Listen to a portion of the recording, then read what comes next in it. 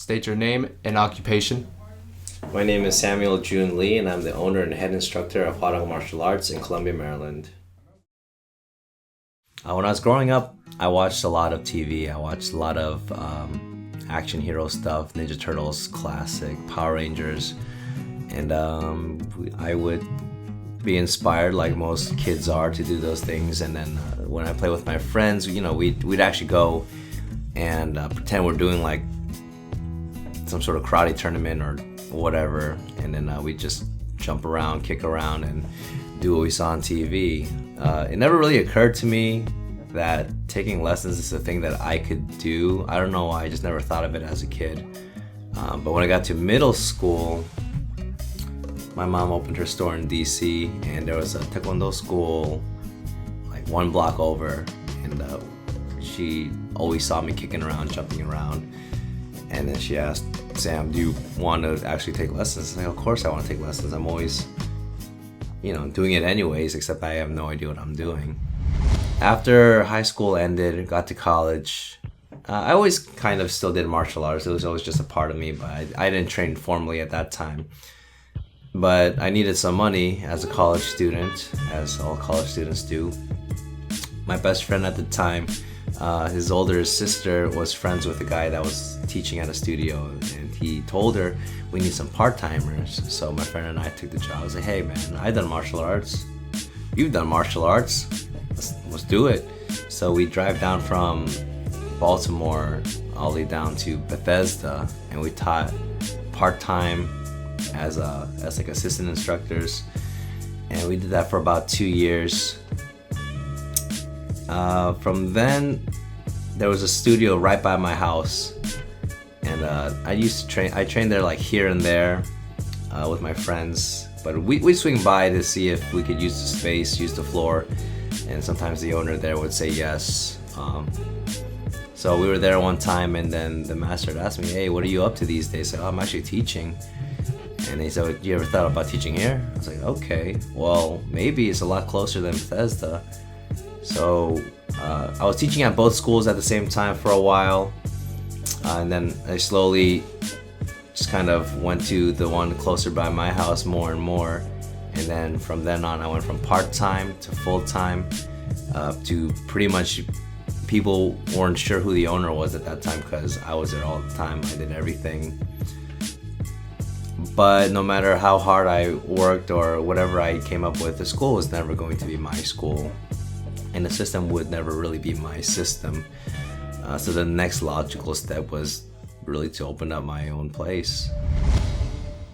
About the same time, my aunt decided to fly in from Korea and move in with us. She came with $10,000. She gave me $8,000 to invest in the school and open up. I didn't take out any loans. I didn't get any support from. I tried the SBA thing. It was taking too long. Didn't work out too well. I saved up some money. My aunt invested. I'm like, you know what? I don't know what I'm doing, but let's go. So we went ahead, paid the security deposit, down payment, lease, rent, going through the paperwork. Being inexperienced in business just builds a bigger hole for yourself sometimes, because I didn't consult a lawyer. I didn't consult a banker. I didn't consult anyone really. I just thought I could wing it. I did my own research. I studied a lot, and maybe that's why it took me 2 whole seasons and then some time to actually make a business plan and all that stuff. That was my bad. But my family was supportive either way. They knew I didn't have the experience, but they knew it was something that I really wanted to do, and it was something I had to do for myself. And they supported me 100%. And without them, my friends too, they all believed in me more than I believed in myself. Majority of the time, even after I opened, a lot of tough times, but them believing that I could do it definitely convinced me that I could do it. At the time in college, I was studying psychology, and the point of that was, well, I was bad at every other subject, so that was kind of a giveaway. And I was pretty good at psych in high school. And the one thing that was kind of consistent, I would think, is I'm always going to be dealing with people throughout my life. So I'm like, all right, this is a relevant subject. So I stuck with psychology. And I would think, yeah, I mean, I can help out people and all that good stuff. But the reality was, after I graduate college, go to grad school, get a master's, work under someone for a while. After a lot of money and a lot of time, I can help a few people who are in position to afford those kind of services, which is a very select amount. At the same time, I was teaching at the martial arts schools, and parents are telling me like, man, my kid memorized what you said. Even I don't remember what I say. By the end of the day, I forget, 'cause I'm just talking, but these kids memorize everything I said. So it's like, man, these kids are really hanging on every word I say. You know, it's really influencing their lives. So it wasn't that the point, you know, of doing the psych degree. It's like, yeah, I want to help people. I can wait many years and help a few people later, or I can pretty much influence a whole generation of students now. So that kind of, you know, pulled me into teaching more. And with everything going on, what's the next step up? What do I really want to do with my life? Open the school. I think I started planning around 2012. I think I started in the beginning of the year. I remember from April, that whole time until the end of August was all just business planning. I had a partner when I first started and he dropped out. I was by myself. All I had pretty much was my family. So from spring, summer, and then the beginning of fall, September is when I actually opened in 2012. And that was rough because I was pretty much by myself. Those were some lonely months. Not having my original business partner, just between my brother and I, we probably both have a mutual weakness in marketing. But one of the most intuitive ways that made sense to me to market the school was through the tournament scene in competition. The way that competition is set up, the event we do is Olympic sparring. It's a continuous sparring event. Tournaments can range between having 2 1-minute rounds, 1:30, or 2-minute rounds. It really depends on who's running it. At the national level, it'll always be 2 minutes for adults. The way to score is very simple. A clean kick to the body is 1 point. A spinning kick to the body is 2 points. A strong punch to the body is 1 point. Any contact kick to the head is 3. If it's a spinning technique to the head, it's 4. We have kyungos, which are half-point penalties for fouls, and we have gamjangs, which are full-point penalties for something like a flagrant foul.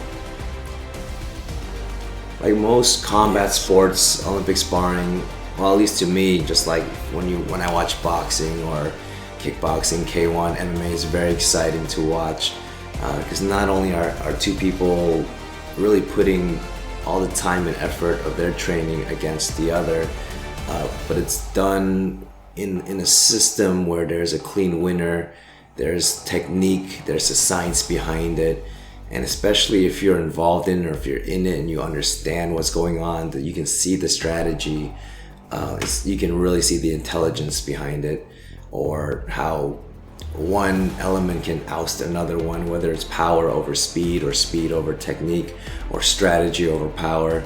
It's just really interesting to watch. Tips for future entrepreneurs that I would give, and a lot of this comes from the mistakes I've made, but I'm going to be pretty brief with it. The first thing I would say is talk to somebody, whether they're a specialist that you pay for, if it's just someone you know. I recommend talking to somebody who's in the same or very similar field, because they can tell you what to expect financially, emotionally, and kind of give you an insider's view of what's really going to happen, the reality of things. You know, I can talk to a specialist and they might just tell me something that, you know, they're selling me advice or something like that. But someone who's experiencing it firsthand, they're gonna have a different perspective on what's really going on. So my first advice is to, when I say do your research, it's a little bit more than just looking it up on Google. Really talking to someone in that position. The second advice I would give is playing it I don't want to say playing it safe, because business is always a risk. But one simple thing that I could have done that I didn't do was I didn't take out a loan. As simple and as basic as that seems, I was kind of lucky with my starting capital. But for the most part, when you make your projections, you make your numbers, don't be too optimistic. I mean, it's good to be optimistic, but that doesn't necessarily mean it's going to be realistic. And, in the end, it's just wishful thinking. The third thing that I would say is, and for a profession like mine, where I'm dealing with people, I'm dealing with parents, kids, people who want to get in shape or learn the arts, it's a people-oriented job. But my personality, I'm actually really shy, introverted, and to me that was one of the biggest hindrance, going out there, marketing myself. When you want to sign up in a martial arts school, you want to see who the instructor is. But being shy, it kind of backfires a lot. So when I talk about going out marketing myself, that was definitely probably one of the biggest challenges I had. Would I do it all over again, knowing what I know now? I would do it all over again. I would probably do it a little bit differently. I would start a little bit smaller, build a student base, and then move to a larger location. I just went full speed ahead, pretty much blindly, due to my own, I guess I won't say ignorance. Pretty much, I thought I knew what was going on. It's like it's not quite the same. Teaching, running a class, and running a business, they're two very different animals, pretty much. But I would do it again. I can't really imagine myself doing something else, because it's something that I love to do. It's something that I'm good at, and I think it's meaningful. I've done other jobs on the side before, where it's just kind of busy work. But in the end of the day, whether I quit or not, it didn't bother me, because it didn't matter. Because to me, it didn't carry any meaning. There was no real purpose in busy work. And to me, I think if you can get paid for doing something that you love to do and that you find meaningful, then that's the move to make. Because in the end, money doesn't make you rich. It's going to be the people that you deal with and the lives that you affect. And in the end, it's all about the time that you have. At the end of it all, our lives need to have a purpose. And in society, to survive, we need to make a living. It only makes sense to me that we need to put purpose in our work. People come to me for a lot of different reasons, whether it's self-defense, fitness, maybe it's to pursue the sport or have a place to belong, or just to accomplish something. They place a trust in me, even though I may be someone that they've never met before. And that to me is a privilege. And everyone's accomplishments range in sizes. It could be something as small as breaking a board. It can be getting the next belt. It could be being the grand champion. It can be winning the Olympics. It could be losing 2 pounds. It could be a lot of things. It can just be the sense of being stronger or having confidence in yourself.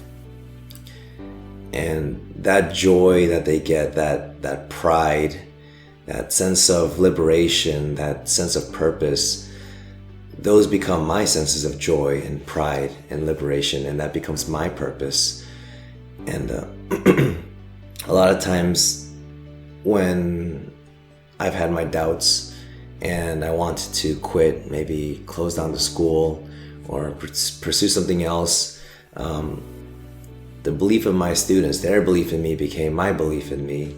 And to be honest, I wouldn't know how to live any other way. I want to give special thanks to my family, my parents for supporting me this entire time, my brother, Coach Stan, for being there for me. Even now, he's still helping out. My aunt, who recently passed away, the school wouldn't have been possible without her. My friend Vaughn, who's in Cali right now, he actually donated a good amount to help out with the school when we first opened. Coach Nate, Mr. Nathan Brown, my number one, my right-hand man, always being there for me and representing the school at every fight, every tournament we go out to. All the coaches, all my competitors, my team. You guys definitely make me proud. You make the school proud. You put our name out there on the map, and all the parents and the students who come out. The school cannot stay afloat without you guys. So I thank you guys for your support, and we got a long way to go. We're gonna keep moving forward. This is just the beginning. So thank you.